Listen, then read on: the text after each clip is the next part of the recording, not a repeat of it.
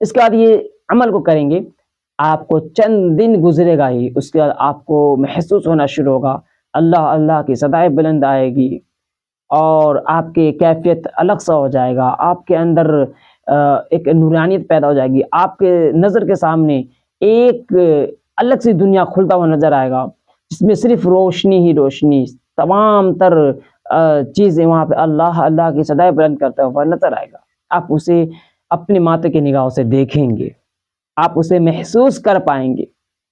یہ عمل بہت ہی زیادہ پرتاثیر ہے، چھوٹا سا عمل ہے، کوئی پرہیز نہیں ہے، زندگی میں معمول بنا لیں، اور جو مقصد آپ کا مقصد دن میں ہونا، یہی ہونا چاہیے ذہن کے اندر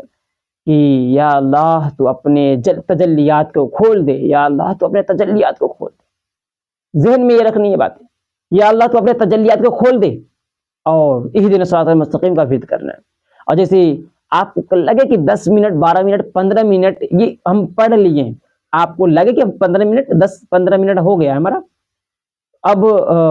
عمل کو اس کا آپ اختتام کر سکتے ہیں۔ صراط الذین انعمت علیہم غیر المغضوب علیہم ولا الضالین، آمین۔ اس کے بعد آنکھ اپنا کھول سکتے ہیں، آنکھ بند کر کے یہ عمل پڑھنا شروع کریں اور لاسٹ تک آنکھ بند کر کے رکھیں، ولا الضالین آمین پہ پہنچے، اس کے بعد آپ اپنے آنکھوں کو کھول سکتے ہیں، اس کے بعد آپ فارغ ہو گئے۔ اس طریقے سے آپ کرتے ہیں پر ڈے، ایوری ڈے اس عمل کو کرتے ہیں نا، آپ یقین مانیں آپ اس عمل کے بعد آپ کی زندگی بدلتا ہوا نظر آئے گا، آپ کی زندگی کے اندر 4 چاند لگ جائے گی، اور آپ کی روحانی طاقت جو کبھی لیول 1 پہ ہوا کرتا تھا وہ آپ کو 100 پہ آپ کو پہنچتا ہوا دیر نہیں لگے گا۔ لیکن یاد رہے 100 پہ پہنچانے کے لیے 5 وقت کی نماز ضروری ہے، تو نماز لازمی پڑھنا ہے، آپ نے نماز کو قائم کریں، نماز کو پڑھیں۔ اگر آپ نماز نہیں پڑھتے ہیں تو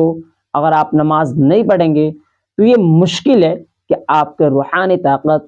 بڑھ جائے۔ حقیقت بات کڑوی ہوتی ہے، پھر بھی میں آپ کو بتا دیا ہوں، اگر یہ چاہیں کہ صرف روحانی طاقت ہی بڑھے، انشاءاللہ تبارک و تعالی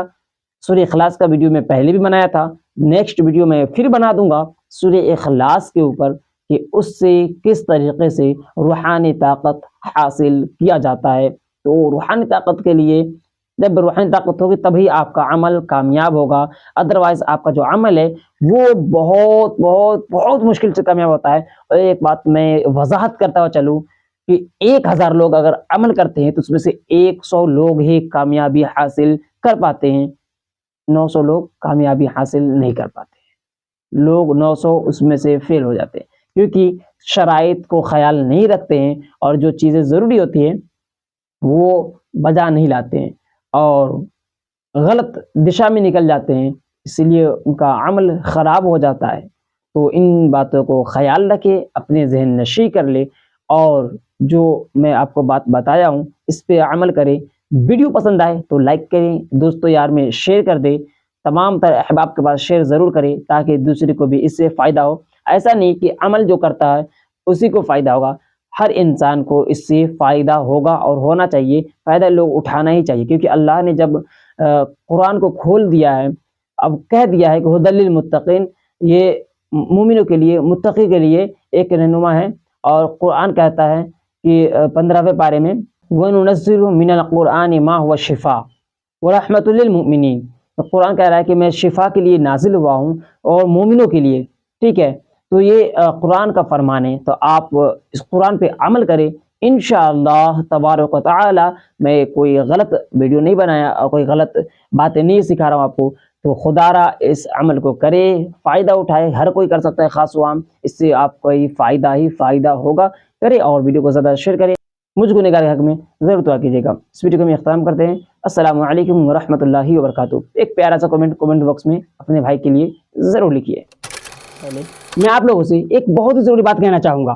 آپ میں سے بہت سارے لوگ مجھ سے پرسنلی بات کر کے عملیات کے اکارڈنگ جاننا چاہتے ہیں، پوچھنا چاہتے ہیں، عملیات کے بہت سارے سوالات آپ ہم سے کرنا چاہتے ہیں، اور ہر روز ایسے تو 20 سے 25 کال آ ہی جاتے ہیں، لیکن میرے پاس وقت نہ ہونے کی وجہ سے کسی سے بات نہیں ہوتی ہے۔ تو اس پرابلم کا سلوشن مل گیا ہے۔